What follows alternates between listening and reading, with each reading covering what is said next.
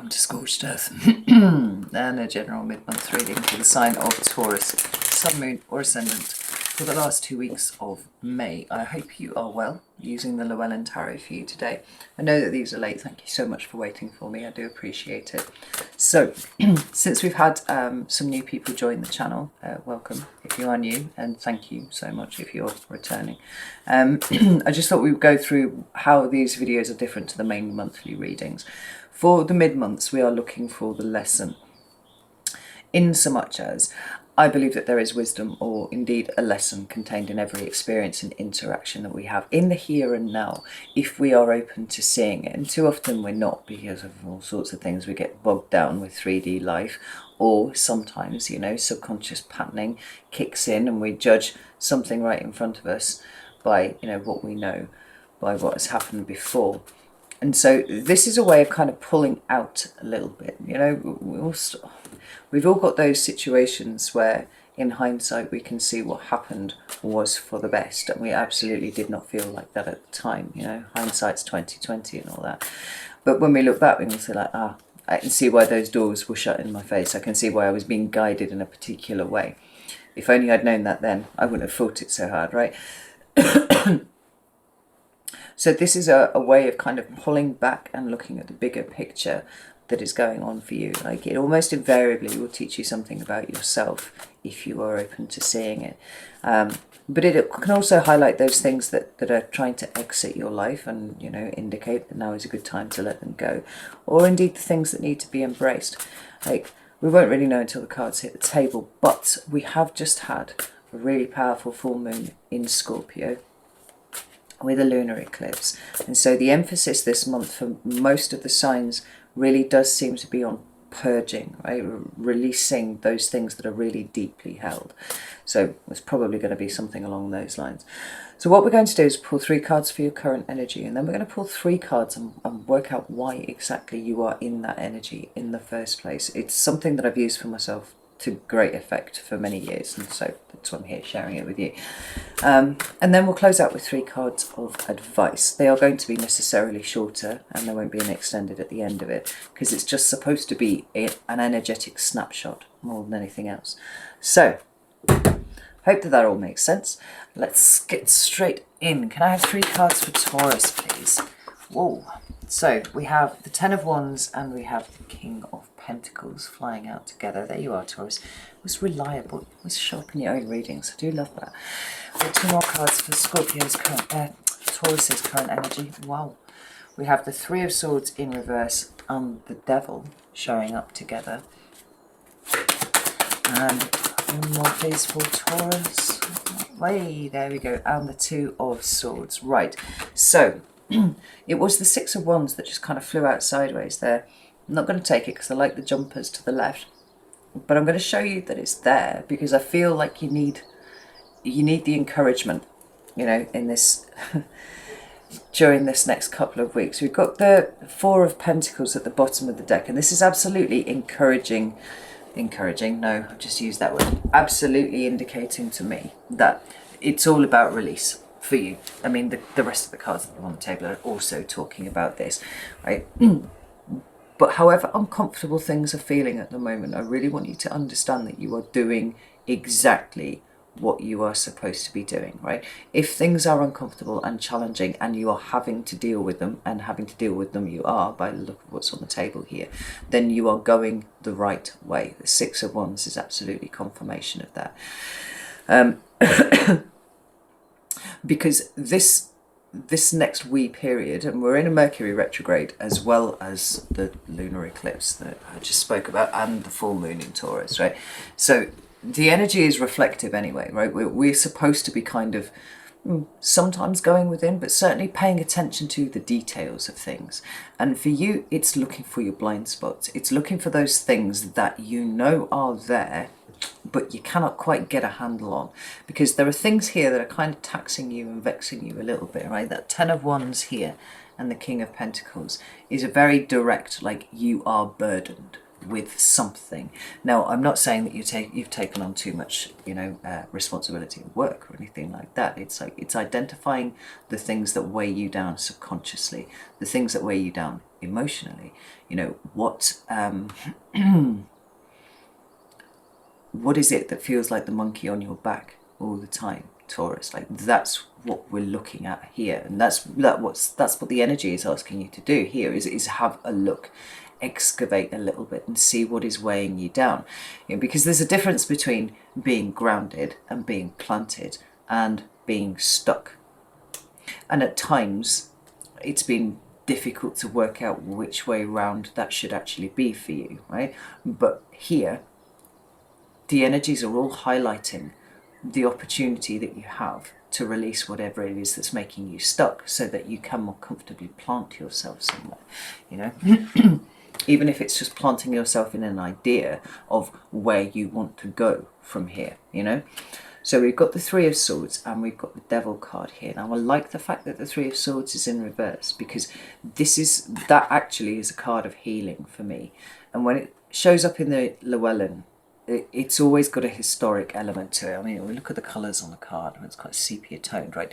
It always makes me feel like it's something in the past that has pained you, that you have worked through.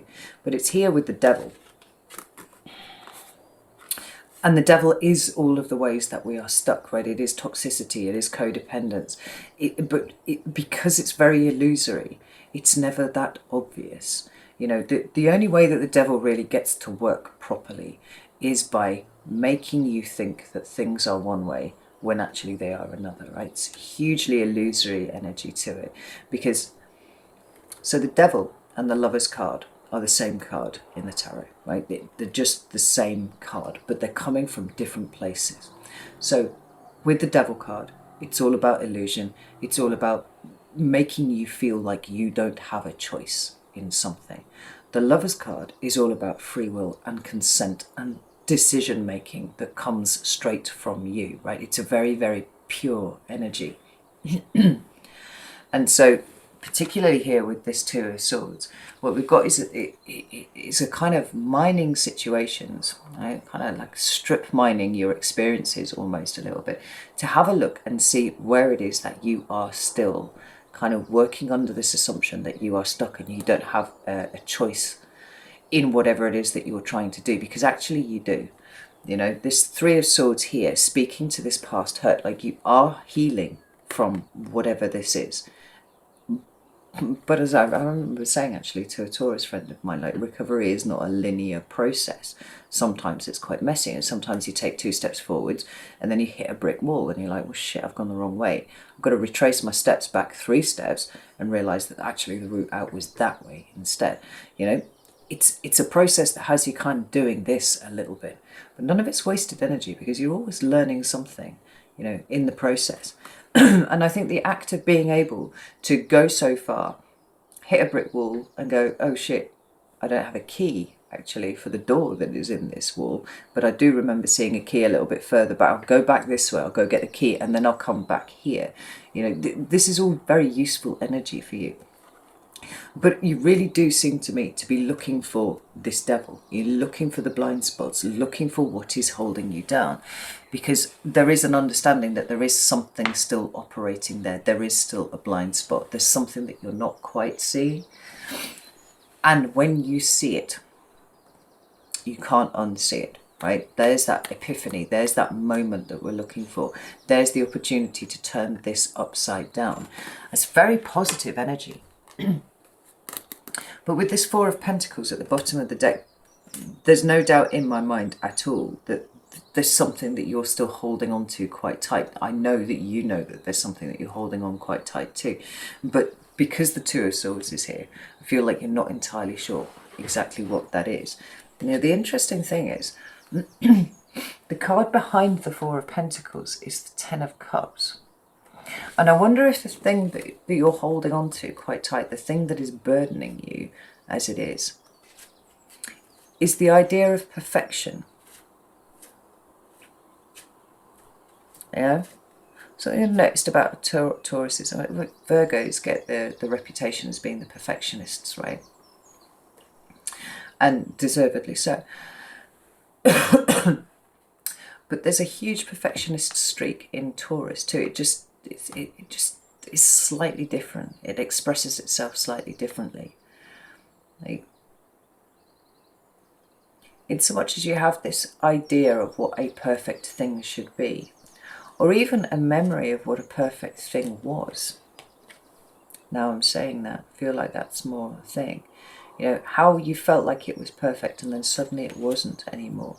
And it could well be that what the devil is here, what the burden is here, where the trappedness is here, is still not having quite worked out how it went from perfection to shit in, you know, absolutely record time. How did that get past you? I could see how that would be something that bothered you. You know, there's definitely a sense of holding on to something that was really, really precious and really, really loved, you know, here with this Ten of Cups. But there's quite a lot of confusion around it.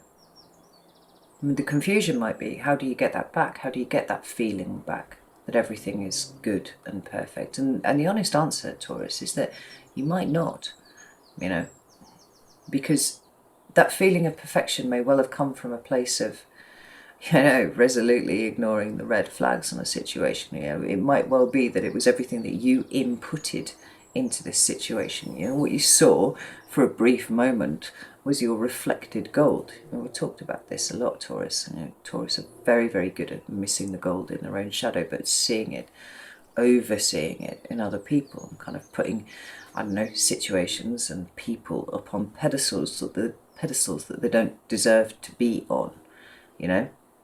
Now I wonder if there's an aspect of that here for you. Which is not to say that at some point you won't be happy, or at some point you won't be content, or that you won't feel like you're winning, because, you know, you saw that Six of Wands there. You're definitely winning this one, Taurus. But it does mean that it's going to be different. It means that you will see it for what it is, rather than what you would like it to be, what you hoped it would be, you know? And that's an important distinction, very important distinction. But I think that it helps you enjoy those things more clearly when you can accept that they are flawed too, you know? There's a lot of opportunities for growth there in that sort of approach. Right, let's have a look and see why Taurus is in this energy in the first place, please. We have the Ten of Swords. It's the third 10 that we've had for you. We have the Six of Wands. Obviously want it to come out again. More card. Whoa, that's 2 cards. We've got the Eight of Swords and we've got the Ace of Swords. This is beautiful. There's the World card at the bottom of the deck, right? Processing endings is what we're doing here, Taurus. And more than that, because I feel like you've processed a lot of the endings already, right? This is not having to go back and go, how the fuck? It's more like trying to wheedle out, where are those last little bits of resistance in your head, you know? The Ten of Swords, obviously, deals with an ending, a completion of some sort, and it was uncomfortable. You know, we're not talking about good endings here, Taurus. We're talking about the ones that hurt you, the ones that caused you pain. Excuse me, that's my 7 a.m. alarm going off. But they are ones that you persevered through and you have triumphed over. You know? I'm not saying that you got, you know, some glorious revenge or anything like that. We're not interested in that kind of thing. But providing closure for yourself, which is an incredible act of self-care that we can do, you know, sometimes involving forgiveness if it's necessary, sometimes not, you know. But look at that, right? It's looking for where your mind is still a little bit restricted, where you are not quite seeing the whole picture of something, and taking the Ace of Swords, which is the only one that is needed here. Right? From that, you don't need those other 7 swords. The other 7 swords are the ways in which you deceive yourself. So you deceive yourself by feeling small, feeling, you know, feeling utterly humiliated by a situation, right? Assuming that other people think that you know, that other people judge you, or possibly, yeah, judge you for a situation. Judgment says more about those people than it ever does about you. You know, and finding the clarity, finding that one sword that you need. It's very sword heavy reading for you for this next 2 weeks, because there's a lot of thinking going on, you know. But it is the brain that's the issue here. It's your mind, you know. We're looking for those little seats of resistance. Where are you still holding on to an ending that has already happened, that you have already triumphed over? And how can you let that go? How can you release that, right? There's the growth for you this month. I've got the Five of Swords sitting underneath the World card there. The cognitive loops that you know are still active in your brain, and you'll never get rid of them, because that's, you know, that's the whole point of them. That's what they do. But you can be aware that it is something that you have a predisposition towards, and then act accordingly, right? So when that little voice starts niggling, you go, know what you are, that's fine, I've already dealt with you, you can sit down. And it goes, and then it sits down, actually, usually quite a lot more easily than you expected to. Anyway, but you have to find it first, and that seems to me what you're doing at the moment. Can I have 3 cards of advice, please, for Taurus? We've got the Page of Wands, we've got the Seven of Cups, and we've got the Five of Pentacles in reverse. There's the Hermit at the bottom of the deck, absolutely speaking to the fact that, which was actually what I thought when I saw the Seven of Cups here, you've got all of the answers. This is not a situation that requires any outside interference. It doesn't need anybody else to shine a light on this for you. Like, you know your own mind. And if you sit and you are present with your own mind, then you will start seeing the kind of little gymnastics that it starts doing whenever you start thinking about this particular ending that you are processing here, because it's not about what happened, it's about the way that you've responded to it, right? And kind of pulling out the last vestiges, whatever residue there is of those kind of Five of Swords things that loop around in your head.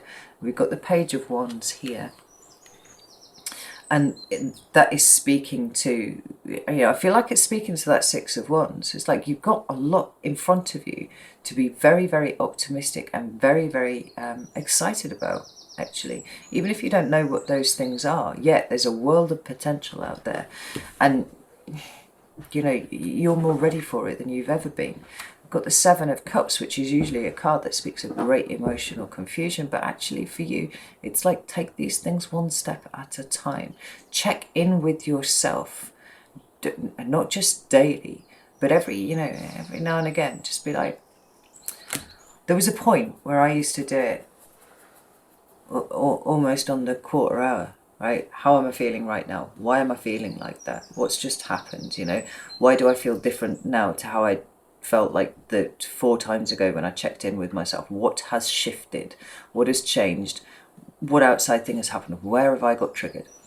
You know, that present energy of just checking in with your emotions and seeing what it's signposting this time, because you've got all of these different emotions in front of you and they all contain a different thing.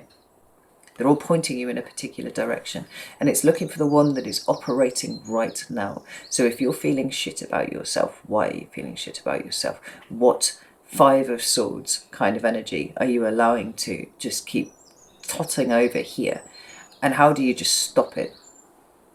Just stop it dead in its tracks and interrogate it. Like, why are you here? Why are you doing that?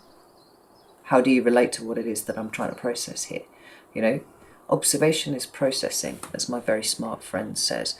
And you have to sit still and observe to watch these things come to the surface. We've got the Five of Pentacles in reverse, and it's just yet another way that the tarot is kind of patting you on the back here, Taurus, and going like, you're fucking brilliant. You've done so well. Look at what you have done. And honestly, if you need to do that, like, look at where you've come from and where you are right now in terms of your development, and tell me that you haven't you know, proceeded in leaps and bounds, because you really have. You know, this is a card of not meeting your own basic needs. It's sometimes a card of other people not meeting your basic needs, but honestly, we tend to set the bar for the way that other people treat us, by the way that we treat ourselves. So you've gone from this to this, you know, in a very short space of time, actually, Taurus, as it happens. And you are meeting your own basic needs. Like what you are doing right here in interrogating this, looking for this slippery fish, which is the pattern that keeps repeating, particularly around endings, is an incredible act of self-care. But in finding these things, you get to purge, right, in exactly that way that your opposite signs full moon and the lunar eclipse and the Mercury retrograde is all kind of supporting you to do. Don't be afraid of it. And just remember that the very center card in your reading is the Six of Wands. Like you are doing exactly what you are supposed to do, exactly in the way that you are supposed to do it, when you are supposed to do it. I mean, progress, not perfection, right? And you're doing it. You're absolutely doing it. Right. I'm going to leave it there, Taurus. Know that I love you all very, very much. And I will see you soon.